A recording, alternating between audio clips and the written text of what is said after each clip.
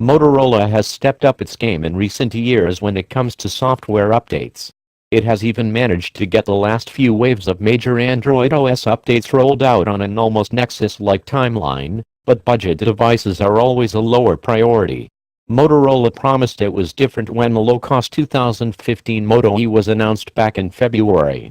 However, just 219 days later, it looks like the Moto E won't be getting any major updates. With Google planning to push Android 6.0 Marshmallow to Nexus devices next week, the time has come for OEMs to start talking about their own update schedules.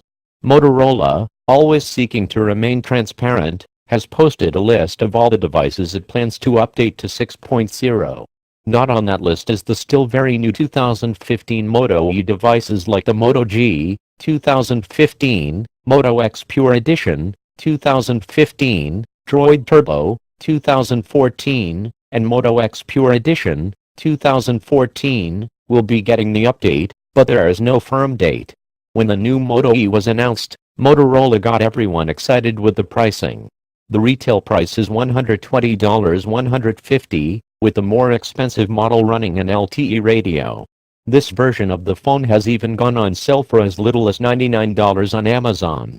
The software is very close to stock Android, and it has most of Motorola's custom software add-ons, which are actually good additions to Android. For $150, it was a very compelling device.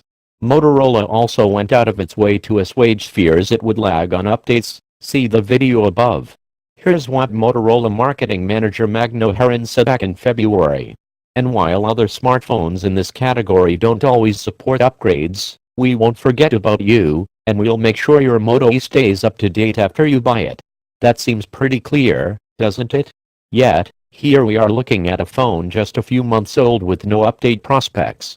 This device launched on Android 5.0 Lollipop and was bumped up to 5.1 Lollipop, but most don't consider that a major update.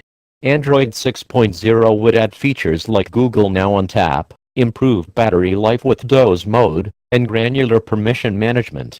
That's the kind of update you really want. There doesn't appear to be any technical reason to leave the Moto E behind so soon.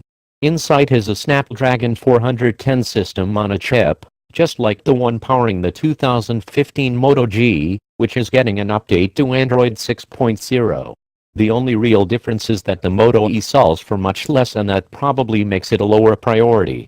On one hand, you can't expect flagship levels of support for a $150 phone, but Motorola did market this device as being well supported with updates. With the premium phone market shrinking as budget devices get better, Motorola really shouldn't be stingy with support on these devices. Phones like the Moto E could be a big part of its business going forward.